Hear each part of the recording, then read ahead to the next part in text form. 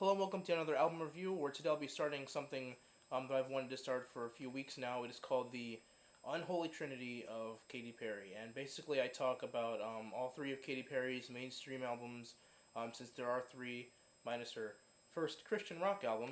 But anyways, we'll be going over them in chronological order. So the first one we're going to be doing is One of the Boys by Katy Perry. This album came out in on June 17th of 2008. A little chart information about it: it peaked at number 9 on the U.S. Billboard 100. I'm sorry, 200, and number 3 on the Billboard U.S. Top Rock Albums.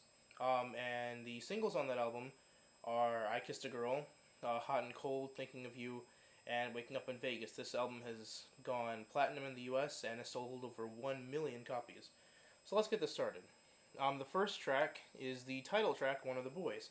The first track on the album has a clear rock feel to it, with typical rock instrumentals such as guitars, bass, and pounding drums, with some clear signs of synthesizers in the background, but never, overshadowing the track, what what the track wants you to hear.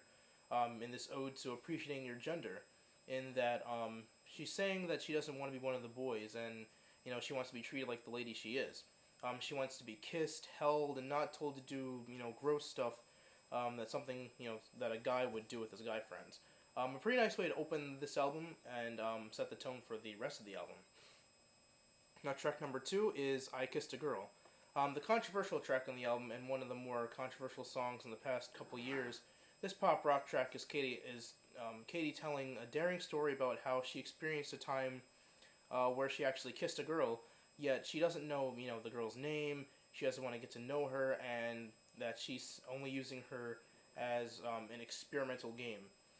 There's no denying it would have some controversy surrounding it due to its subject matter. But my main problem is that it seems like a cry out for attention, which is something that it's also been criticized for many times. Now, track number 3 is "Waking Up in Vegas." Another rocker, this track talks about a crazy hangover after spending the previous night in Vegas. It has some nice rock instrumentals thrown in, and it's actually a pretty great song. Is the topic contrived? Sure, but does it keep it from being a nice track? Absolutely not. It has points of dynamic change between the verses and chorus, and makes it even better to listen to. Now, track number 4 is "Thinking of You." Unlike the previous tracks, this track is mainly acoustic, with the main instrument here being the acoustic guitar. But that's only in the beginning, where the chorus has fuller instrumentals to make it rock a bit harder in the verses. Um, the track itself is that classic story of being with someone, but thinking about someone from your past, not being able to get over them, basically. Very Taylor Swift, if you ask me. But it's quite an emotional track with some very nice vocal work by Katy Perry. Um, Track number 5 is "Mannequin." This track has a combination of percussion and guitars that kind of reminds me of the song "No Such Thing" by John Mayer.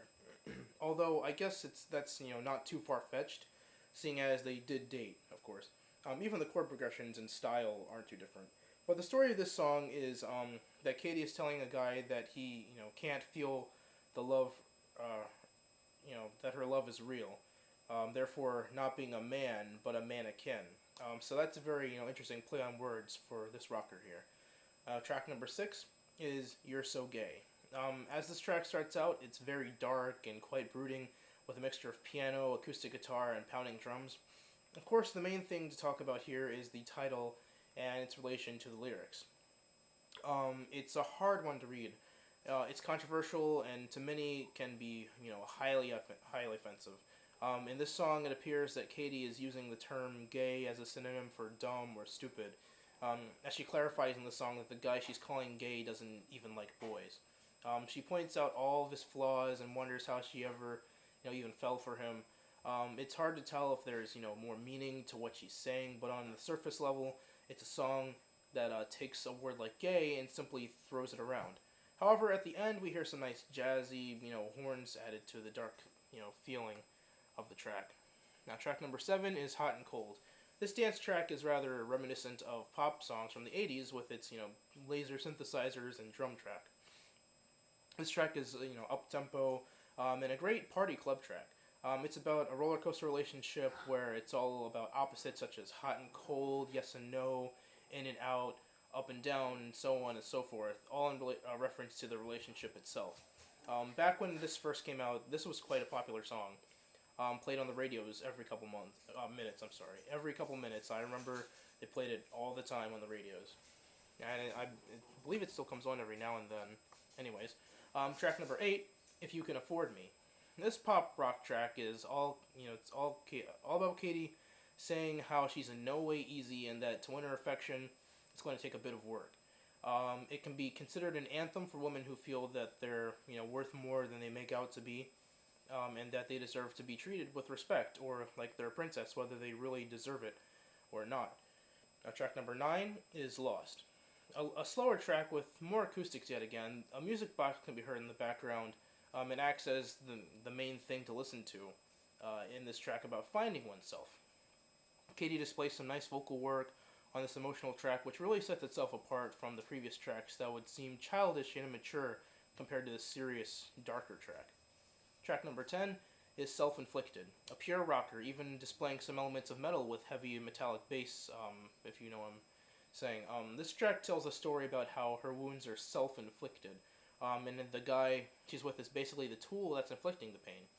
It's a tale about a dysfunctional relationship that simply she can't get out of. She's addicted to it. She knows she's in one, but just doesn't want to leave. A really great rocker with a message that unfortunately a lot of people experience. Track number 11 is "I'm Still Breathing." Another slow track. It features some interesting percussional work, and as it talks about yet another dysfunctional relationship that's clearly on the verge of ending. It's slow. It's dark. It's moody, and kind of builds off of the previous track. At the end, it features some nice organ work, like we're in some dark, twisted church. And finally, track number 12, "Fingerprints." The final track on the album is yet another rocker about leaving a mark on the guy Katy was with. It's fast and strong, but not really different from some of the other rockers on the album. The typical rock instrumentals are all present here, and it's a strong way to go out as the album comes to an end. So overall, a pretty nice album that's mainly rock, and later albums appear to be a departure from this with their more pop-oriented themes. But for what it's worth, it's a very interesting way to for Carrie to start out her mainstream career, as this album was filled with some controversy surrounding several of the songs. But that doesn't keep it from being a pretty great album. So thank you for joining me on this first of the Unholy Trinity of Katy Perry. Look forward to the other two coming soon. If you want an album or song reviewed that you like or suggest, just leave a comment down below and I will get to it as soon as possible. But anyways, thank you for joining me, and so long.